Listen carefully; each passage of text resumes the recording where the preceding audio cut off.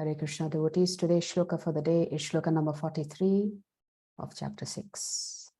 Tatra tam buddhi samyogam labhate paurvadehikam yatate chatato bhuyah samsiddhau kuru nandana. Tatra tam buddhi samyogam labhate paurvadehikam yatate chatato bhuyah samsiddhau kuru nandana.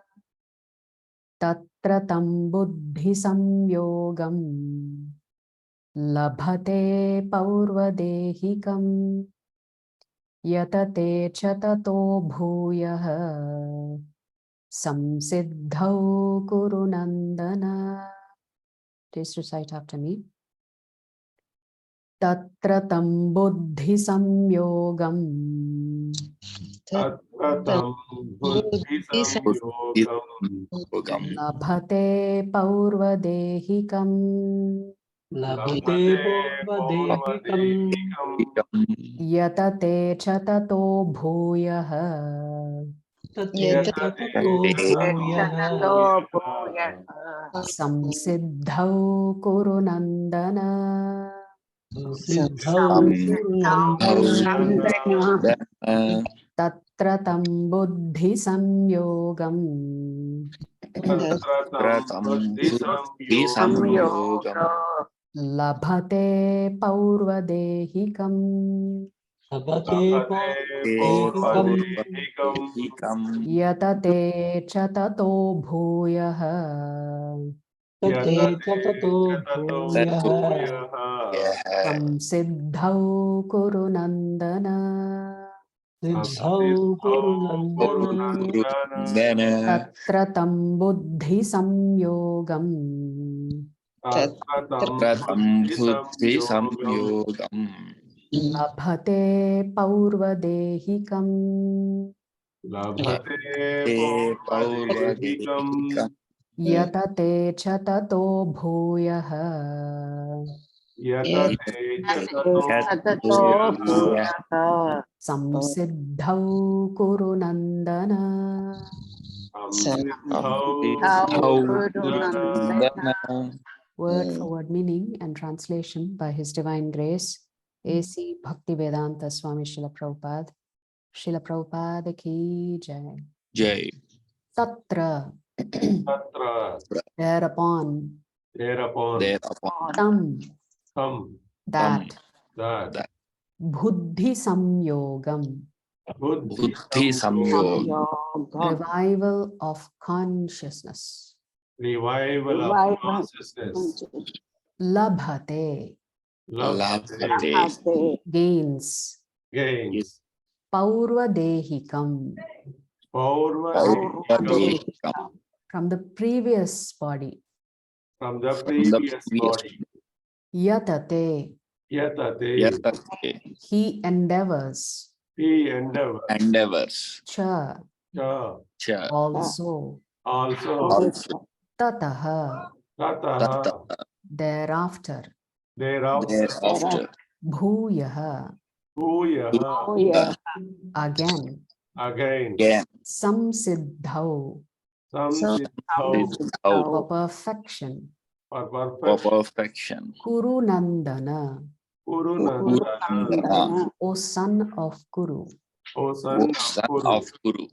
Translation. On taking such a birth, On taking Taking such a such a birth, he revives the divine consciousness he revives revives the divine consciousness of his previous life, of his of previous life, previous life. and he again tries to make further progress and he And again he again tries tries to to make make further progress in order to achieve complete success. in order to in order achieve to complete achieve success. O son of Kuru. O son of Son of Guru. The Lord is a just Lord.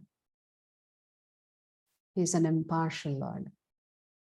So whatever spiritual assets we accumulated in the past births, Do you know these spiritual assets are actually maintained in the subtle body? Spiritual assets like wisdom, devotion, faith, tolerance. All of these are our spiritual assets. These we have accumulated in our previous births. The Lord is so fair to us. If anybody pursues the spiritual path, He lets you retain those assets from birth to birth. And therefore, whatever spiritual assets we have accumulated, it bears fruit. And then the Lord Himself helps enhance our spirituality from within as Paramatma. This may explain why some people suddenly become spiritual.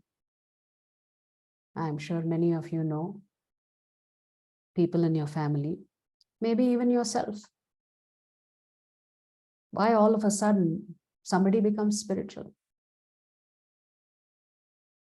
So when their spiritual samskaras are awakened, they get the benefit of the sadhana that they have performed in their previous lives. So all the sadhana that one performs always has a permanent benefit, and it carries into your next life in the form of spiritual assets. So if a traveler has to go from place A to place B, and it's a very long distance, so regardless of whether he's traveling by foot or traveling by car or by bus, sometimes he may take rest, he may check into a hotel on the wayside. But when he wakes up, he does not need to again go back to the starting point. He just needs to continue from where he is to cover the remaining distance. Similarly, just by the Lord's sheer mercy, causeless mercy, the yogi of past lives receives the previous spiritual assets that he has accumulated, so he can continue his journey from where he left off. Simply like as if somebody has woken up from their sleep and gets their day started. That is why the Lord says such a yogi never gets lost. So as I mentioned, unlike our karmic credits, our spiritual credits are not stored in the physical form.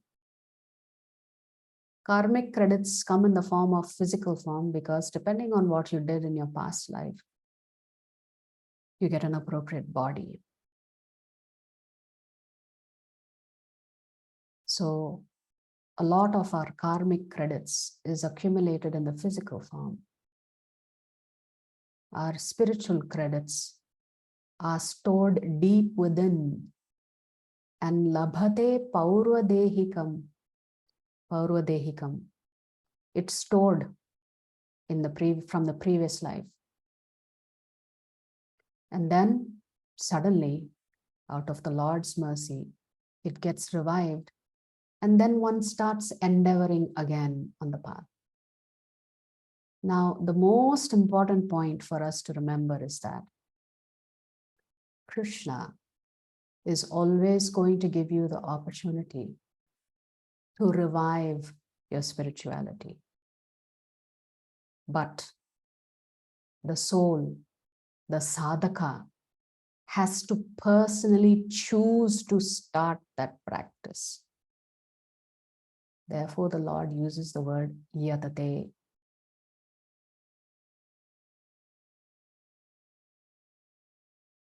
So even for the yogi that practices for a short period of time, goes to the heavenly planets and then has to come back to the earthly planets, it's not that the temptations are gone and straight away you pick up your spiritual life. No, the temptations will always be there. And the battles are always going to be there. Yatate chatato bhuyaha. And again, such a person has to endeavor. And for what? Endeavor to succeed. So our spiritual evolution happens over multiple lifetimes. Our biological age need not correlate with our spiritual level. You can be very young and very spiritual. That's because you have already evolved spiritually in previous lives. Therefore, it's not surprising some very, very young children take to spirituality like a fish takes to the water. You know, the analogy used is dry wood versus wet wood. So if the wood is dry, it can be lit up easily. If the wood is wet, no matter how much you try, that spirituality or consciousness can never get ignited. So the comparison is between a beginner and a veteran. A beginner may get off to a slow start. A veteran simply zooms off. And sometimes this veteran is in the form of a small child who seems to just be very attracted to spiritual things. But the most important thing that Krishna is saying, that essentially all of our identity constitutionally is that we are spiritual. But we cannot undo our past, but we can certainly rebuild from where we left off spiritually.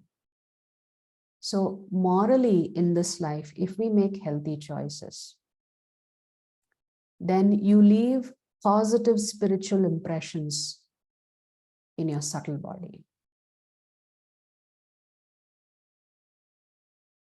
Material impressions are always there. They are lurking around the corner, but we should be on lookout for them. But it is not too late. We can build positive spiritual impressions so that they get imprinted.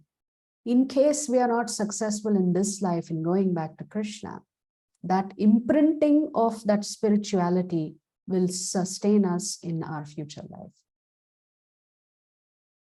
Therefore, our prayer should always be to Krishna.